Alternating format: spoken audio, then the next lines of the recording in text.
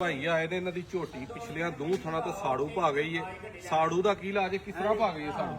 5-6 ਦਿਨ ਤੋਂ ਸੂਈ ਹੈ, 2 ਪਾ ਕੇ ਤੇ ਦੁੱਧ ਨਿਕਾੜਿਆ ਸਾਰੂ ਪਾ ਕੇ। ਮਤਲਬ ਭਾਰਾ ਜਿਹਾ ਪਿੱਛੋਂ ਭਾਰਾ ਚੰਦਰੀ ਟਾਈਪ ਕਰ ਗਈ। ਹਾਂਜੀ।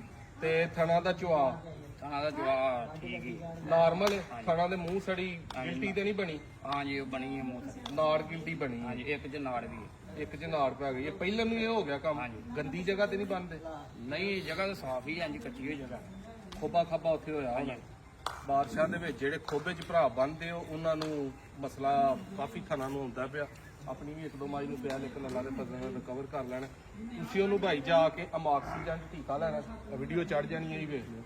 ਅਮਾਕਸੀਜਨ ਟੀਕਾ ਲੈਣਾ 40 ਸੀਸੀ ਅੱਜ ਲਾਣਾ, 30 ਕੱਲ ਤੇ 30 ਪਰਸੋਂ। ਜੈਂਟਾਈਲੋ ਟੀਕਾ ਲੈਣਾ 40 ਅੱਜ, 30 ਕੱਲ ਤੇ 30 ਪਰਸੋਂ।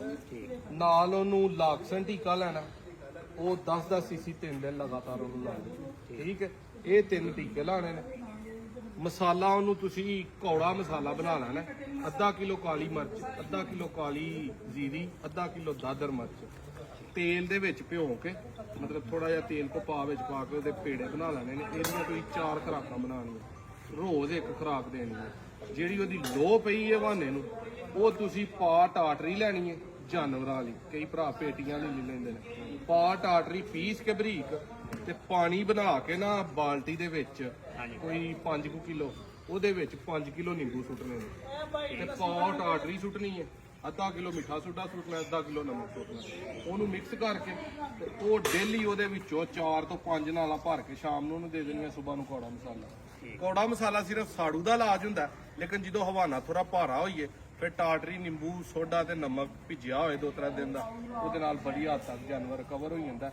ਉਹਦੀ ਚੁਆਈ ਤੁਸੀਂ ਬੱਚੇ ਤੇ ਨਹੀਂ ਕਰਨੀ, ਦੋਵੇਂ ਟਾਈਮ ਟੀਕਾ ਲਾ ਕੇ ਚੋਣਾ ਤੇ ਫੁੱਲ ਸਾਫ਼ ਕਰਨੀ ਹੈ। ਬੱਚੇ ਨੂੰ ਜਿਹੜੇ ਥਣ ਸਹੀ ਨੇ ਉਹਨਾਂ ਦਾ ਦੁੱਧ ਪਿਲਾਣਾ, ਸਾੜੂ ਵਾਲੇ ਪਿਲਾਓਗੇ ਤੇ ਉਹ ਮਰ ਜਾਣਗੇ। ਠੀਕ ਹੈ। ਕਿਹੜੀ ਜਗ੍ਹਾ ਤੋਂ ਆਏ ਹੋ? ਜੀ ਸਰਾਲ। ਅੱਲਾਹ ਪਾਕ ਤੁਹਾਡੀ ਮੱਝ ਨੂੰ ਸਿਹਤ ਦੇਵੇ, ਬਚਾਈ ਰੱਖੇ। ਸਾਫ਼ ਜਗ੍ਹਾ ਤੇ ਬੰਨੋ, ਸਾਫ਼ ਇਹਨਾਂ ਦਿਨਾਂ 'ਚ ਚਾਰਾ ਪਾਓ। ਜਿਨ੍ਹਾਂ ਨੇ ਆ ਗਾਰਿਆਂ ਵਾਲਾ ਭਿੱਜਿਆ ਬਦਲਾਂ ਦਾ ਸਲਾਬ ਵਾਲਾ ਚਾਰਾ ਪਾਉਣਾ, ਪਹਿਲੋਂ ਤੁਹਾਨੂੰ ਦੱਸਦਾ ਉਹਨਾਂ ਦੀਆਂ ਮੱਝਾਂ ਗਾਵਾਂ ਨੂੰ ਸਾੜੂ ਪੈਣੇ ਜੇ ਉਹਨਾਂ ਨੇ ਬਿਮਾਰ ਹੋਣਾ। ਉਹਦੇ ਨਾਲ ਬਿਹਤਰ ਹੈ ਮੁੱਲ ਲੈ ਕੇ ਸੈਲੇਜ ਪਾ ਲਓ, ਤੂੜੀ ਪਾ ਲਓ, ਚੋਖਰ ਪਾ ਲਓ, ਵੰਡਾ ਪਾ ਲਓ। ਉਹਦੇ ਨਾਲ ਜਾਨਵਰ ਬਚੇ ਰਹਿਣਗੇ। ਨਵੇਂ ਪੱਠੇ ਜਿਹੜੇ ਉਗਣ ਜਾਂ ਜਿਨ੍ਹਾਂ 'ਚੋਂ ਸਲਾਬ ਦਾ ਪਾਣੀ ਨਹੀਂ ਲੰਘਿਆ ਉਹ ਪਾਓ ਤੁਸੀਂ। ਵੀਡੀਓ ਅੱਛੀ ਲੱਗੇ ਸ਼ੇਅਰ ਕਰਿਓ ਜੀ।